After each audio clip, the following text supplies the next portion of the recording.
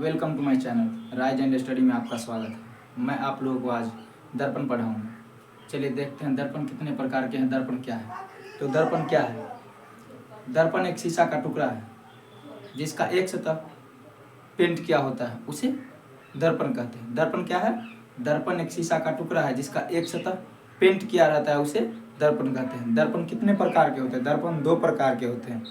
देखते हैं, दर्पण दो प्रकार के होते हैं, समतल और गोलीय। दर्पण कितने प्रकार के होते हैं? दर्पण दो प्रकार के, समतल दर्पण, गोलीय दर्पण। अब देखते हैं समतल दर्पण क्या है। वह दर्पण जिसका परावर्तक सतह समतल हो उसे समतल दर्पण कहते हैं। अब गोलीय दर्पण क्या है? तो वह दर्पण जिसका परावर्तक सतह गोलीय हो उसे गोलीय दर्पण कहते हैं, ठीक ना। अब आगे पूछेगा कोई कि गोलीय दर्पण कितने प्रकार के होते हैं? तो गोलीय दर्पण तीन प्रकार के होते हैं, अवतल,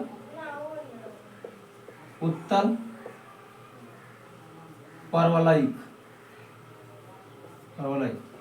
गोलीय दर्पण तीन प्रकार के होते हैं, अवतल दर्पण, उत्तल दर्पण, परवलयिक दर्पण। अवतल दर्पण क्या है? वह दर्पण जिसका परावर्तक सतह बाहर की ओर पेंट किया हो उसे अवतल दर्पण कहते हैं। यानी बाहर की ओर पेंट, बाहर से पेंट किया हो उसे अवतल दर्पण कहते हैं। उत्तल दर्पण, वह दर्पण जिसका परावर्तक सतह अंदर की ओर पेंट किया हो उसे उत्तल दर्पण कहते हैं। अंदर की ओर पेंट। अब परवलयिक दर्पण देखते हैं। तो परवलयिक दर्पण उसे कहते हैं वह दर्पण जिसका परावर्तक सतह परवलय हो उसे परवलयिक दर्पण कहते हैं। अब समझ गए? फिर से एक बार देखते हैं। दर्पण को इंग्लिश में मिरर बोलते हैं। यानी दर्पण देखिए, दर्पण कितने प्रकार के होते हैं? दर्पण दो प्रकार के होते हैं, समतल दर्पण, गोलीय दर्पण। हो गए। अब समतल दर्पण क्या है? तो समतल दर्पण वह गोलीय दर्पण नहीं, वह गोलीय नहीं। समतल दर्पण क्या है? वह दर्पण जिसका परावर्तक सतह समतल हो उसे समतल दर्पण कहते हैं। गोलीय दर्पण देखिए, तो गोलीय दर्पण वह दर्पण जिसका परावर्तक सतह गोल हो उसे गोलीय दर्पण कहते हैं। अब देखिए गोलीय दर्पण कितने प्रकार के होते हैं? तो गोलीय दर्पण तीन प्रकार के होते हैं, अवतल दर्पण, उत्तल दर्पण, परवलयिक दर्पण। तो अवतल दर्पण क्या है? वह दर्पण जिसका परावर्तक सतह बाहर से पेंट किया हो उसे अवतल दर्पण कहते हैं। उत्तल दर्पण, वह दर्पण जिसका परावर्तक सतह अंदर से पेंट किया हो उसे उत्तल दर्पण कहते हैं। और वह दर्पण जिसका परावर्तक सतह परवलय हो उसे परवलयिक दर्पण कहते हैं। यानी परवलय हो। देखिए अवतल दर्पण का एक चित्र देखिए, बाहर से पेंट है इसीलिए अवतल दर्पण, अंदर से पेंट है इसीलिए उत्तल दर्पण। समझ गए? अब आगे आप लोगों को बताते हैं। देखिए, यह देखने के बाद एक अवतल दर्पण खींचते हैं।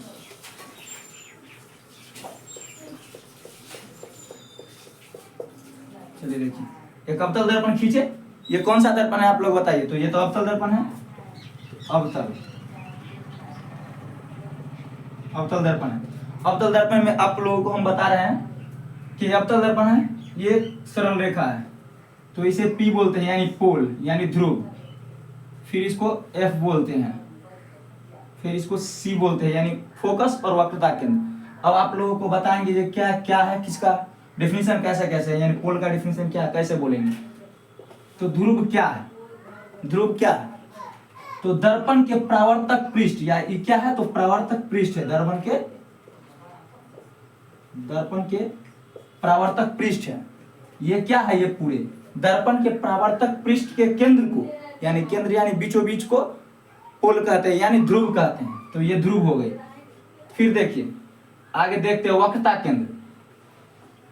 दर्पण वह गोलीय दर्पण जिसका, जैसे देखिए, जैसे पोल हो गया, फिर आपको दिखाते हैं वक्रता केंद्र। गोलीय दर्पण जिस खोखले गोले का केंद्र होता है,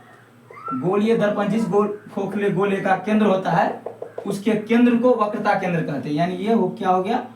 वक्रता केंद्र। ये सी क्या हो गया, वक्रता केंद्र। गोलीय दर्पण जिस खोखले गोले का केंद्र होता है उसको वक्रता केंद्र कहते हैं, वक्रता केंद्र। अब पूछेगा वक्रता त्रिज्या किसे कहते हैं, तो वक्रता त्रिज्या दर्पण के वक्रता केंद्र से, ये वक्रता केंद्र है, वक्रता केंद्र से ध्रुव तक खींची गई रेखा के बीच की दूरी को वक्रता त्रिज्या कहते हैं। यानी ये आर से इसे डिनोट करते हैं, तो आर हो गई वक्रता त्रिज्या। ये क्या होगा, वक्रता त्रिज्या, ठीक ना, वक्रता त्रिज्या। तो अब समझ गया ना क्या बोले, दर्पण के वक्रता केंद्र से लेकर दर्पण के ध्रुव तक खींची गई रेखा के बीच की दूरी को वक्रता त्रिज्या कहते हैं। अब पूछेगा फोकस क्या है, तो फोकस दर्पण के वक्रता केंद्र और ध्रुव से खींची गई बीच की दूरी को तो वक्रता त्रिज्या कहते हैं। वक्रता त्रिज्या के मध्य बिंदु को फोकस कहते हैं। ये क्या है, फोकस है। तो फोकस क्या है, वक्रता त्रिज्या यानी आर, वक्रता त्रिज्या यानी आर, तो वक्रता त्रिज्या के मध्य बिंदु को फोकस कहते हैं। यानी F बराबर R/2 इसे ही कहते हैं। जैसे ये सिद्ध करके हम आप लोगों को आगे वाले वीडियो में बताएंगे। तो जैसे अभी आपको जो बता रहे हैं वो देखिए, जैसे ये होगी ना, फोकस हो गई। फोकस किसे कहते हैं, वक्रता त्रिज्या के मध्य बिंदु को फोकस कहते हैं। अब पूछेगा प्रधान अक्ष या मुख्य अक्ष, ये भी देख लीजिए, प्रधान अक्ष या मुख्य अक्ष, प्रधान अक्ष या मुख्य अक्ष उसी को बोलते हैं।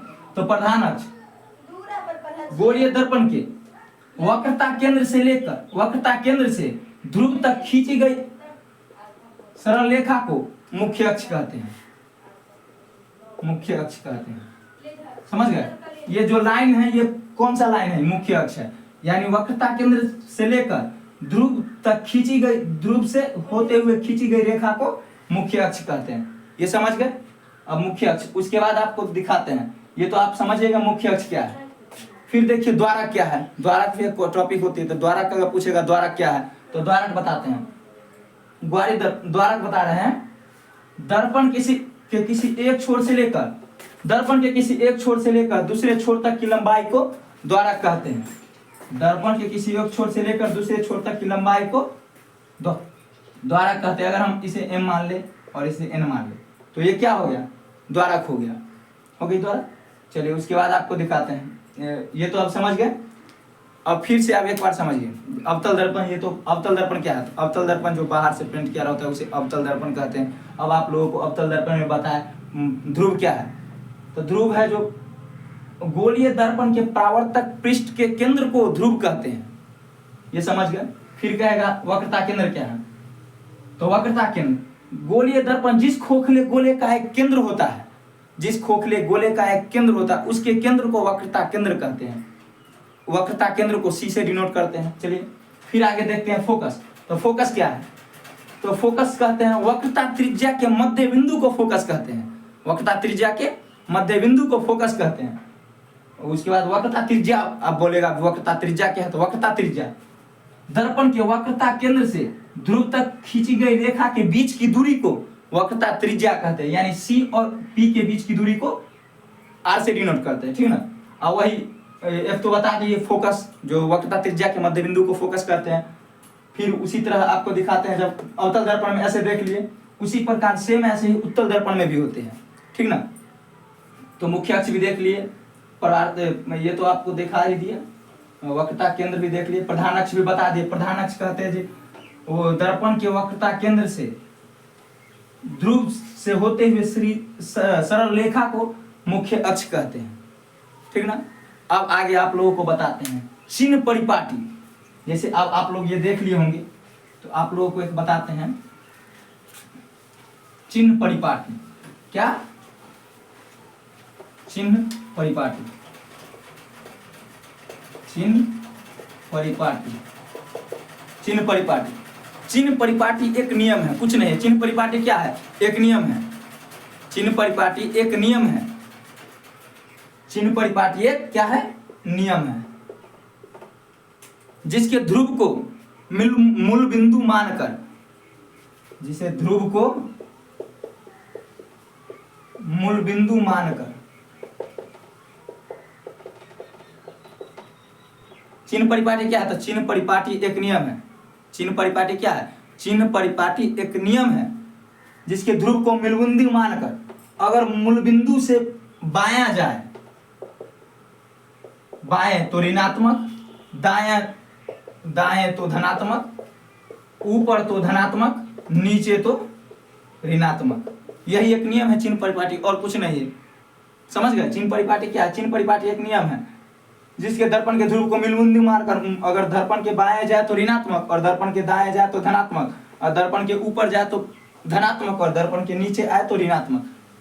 समझ गए? चिन्ह परिपाटी। अब आप लोगों को चिन्ह परिपाटी तक आज बताए हैं, आगे आप लोगों को F = R/2 आगे सिद्ध करके बताऊंगा। जय हिंद दोस्तों।